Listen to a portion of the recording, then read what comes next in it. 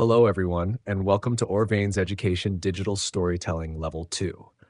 I am so excited to have you here for the 7th lesson in our second phase. This session is going to be packed with fun and powerful programming. Today's mission: mastering conditionals and phonics. We're going to review some important concepts and then dive deep into our main challenge. Review: quick look at parallel programming, that's running code simultaneously, and the super fun visual effects module. Deep dive: mastering the mighty conditional statement with the if-then-else block. Grand finale: learning the art of nested conditionals, that's putting one if-then-else inside another. Phonics focus: while we program, we'll be focusing on the sh sound. Our story today, Starry's nested emotion switch, perfectly demonstrates how code can control character emotions. Let's meet our cast. Starry the starfish, a very shy purple starfish. Her secret: fear makes her stammer, shh, and happiness makes her body shine like a disco ball. She is the core of our if-then-else logic. Sherry the shark, a huge, oblivious shark. He just wants to sunbathe. He is the character that triggers Starry's fear condition. Flash the fish, Starry's best friend, a golden fish who brings joy and light. He triggers Starry's happy condition. Phonics focus: shish sound in words like shark, shy, shine, shoe. Lights, camera, action. We've already done some great preparation. We're going to dive into Starry's code first, focusing on her biggest fear: the shark alert. Let's start by programming Starry. Remember, she's trying to build her little sand shack on the reef. Starry's happy little hop, initial state on coral, open quote. First, let's make Starry look like she's happily exploring her coral home. We'll use a forever loop to keep her in motion. Close quote. Forever. If touching color, coral, color, then here we're making Starry aware of her surroundings using a touching color block. If she's on the coral, you'll use the eyedropper tool to select the coral's color on your backdrop. She's happy. Change Y by 10. She'll hop up a little bit. Wait, 0.2 seconds, a short pause. Change Y by, then hop back down. Wait like 0.2 seconds, another short pause. This makes her gently bounce, like she's content. Now for the core of today's lesson. We're moving beyond simple if-then and adding the else part. This means our code can choose between two different paths. Close quote. If touching Sherry the shark, then this is Starry's ultimate fear trigger. If she touches Sherry the shark, then all hell breaks loose, for Starry at least. Switch costume. Her costume changes to show she's scared. Repeat 2. We'll use a repeat loop to create a quick, dramatic, terrified reaction with our graphic effects. Change fisheye effect by 50. Her eyes bulge out in panic. Change size by 10. She puffs up a bit, like she's trying to look bigger or is just plain stressed. Wait 0.5 seconds. Hold that scared look. Change fit effect by then her eyes return to normal. Change size by 10, and she shrinks back down. Wait 0.5 seconds. Another pause before the next fear action. Say shh, shark for 2 seconds. Our phonics moment. She screams the shh sound. Say that is way too scary. Go shoo for seconds. More sh sounds as she tries to scare the shark away unsuccessfully. Glide 1x to x. Y.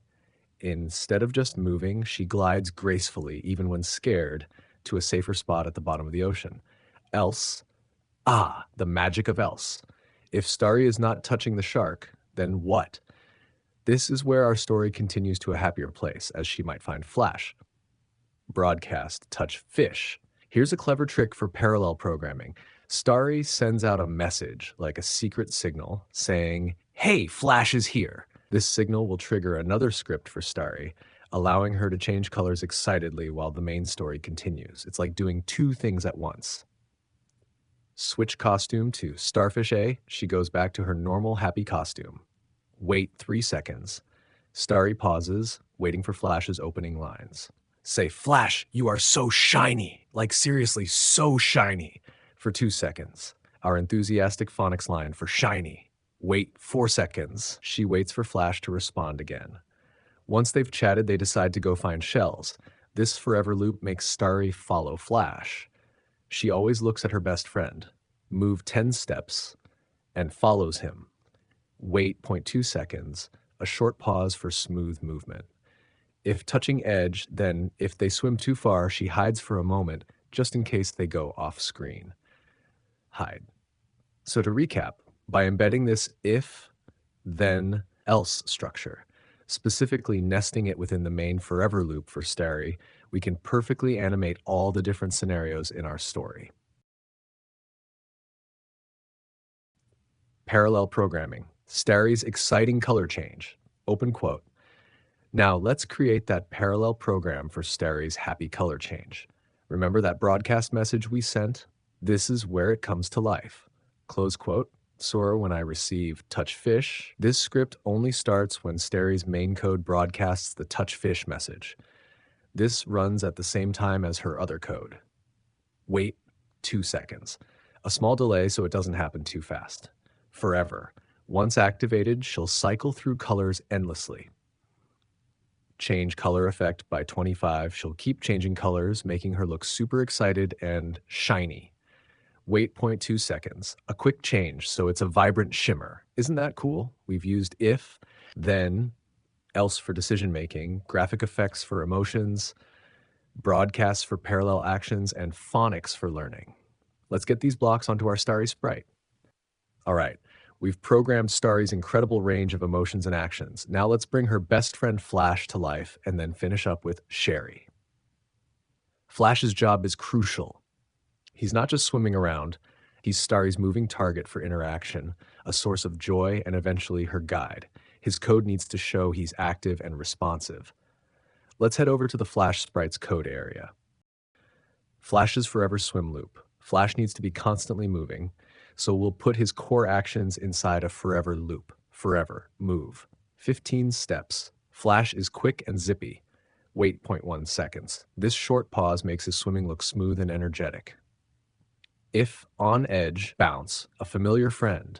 This keeps Flash from swimming off the screen permanently. Now for Flash's big moment, interacting with Starry. This is a conditional statement, just like we used for Starry.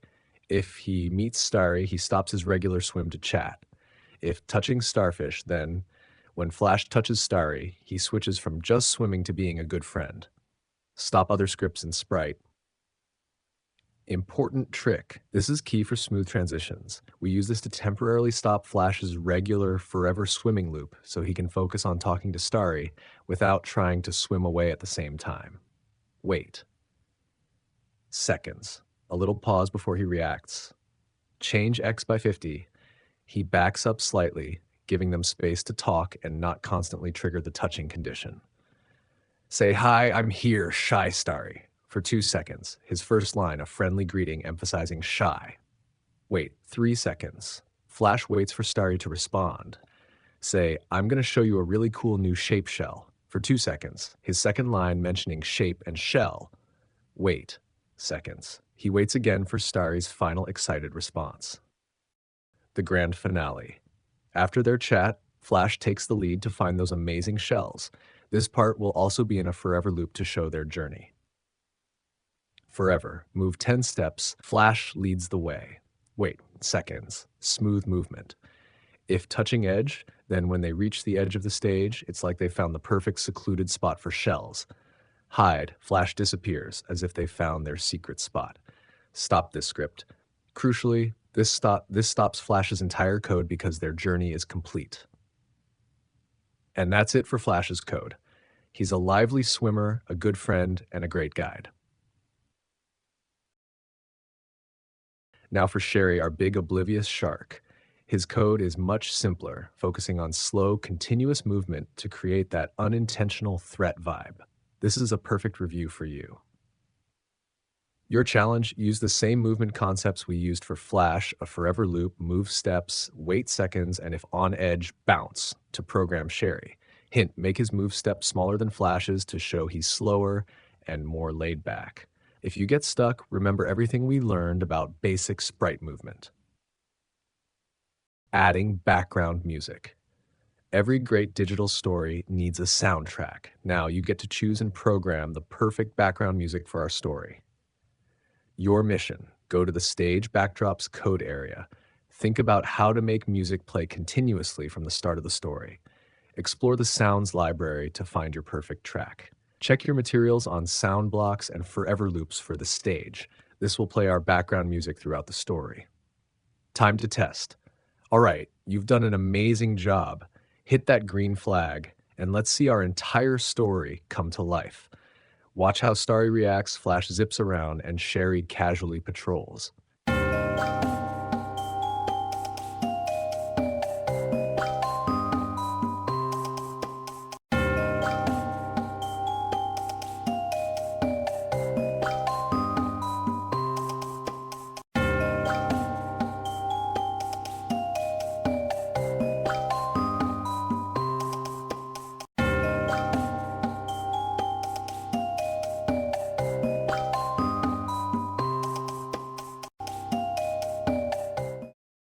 Wow, what an incredible lesson. Through coding Starry's adventure, you've not only reinforced your understanding of the phonics sound, but you've also conquered some major programming concepts. You used nested if-then-else to handle complex decisions and emotions. You mastered touching sprite and touching color for intricate character and environment detection. You applied graphic effects to vividly show emotions and actions, making our story humorous and engaging. And you effectively used broadcast messages and forever loops to create smooth parallel programming. You are becoming true digital storytellers and expert Scratch programmers. Keep practicing these skills and don't hesitate to reach out to your OREVEINS teachers if any questions bubble up. If you enjoyed this lesson and want to continue learning and creating with us, please subscribe to the OREVEINS Education channel so you don't miss out on any of our future digital storytelling and programming courses. And if you loved what you learned today, give us a big thumbs up and like this video. Your support helps us create more exciting lessons for you. Thank you so much for joining us, and we can't wait to see you in the next lesson. Happy coding!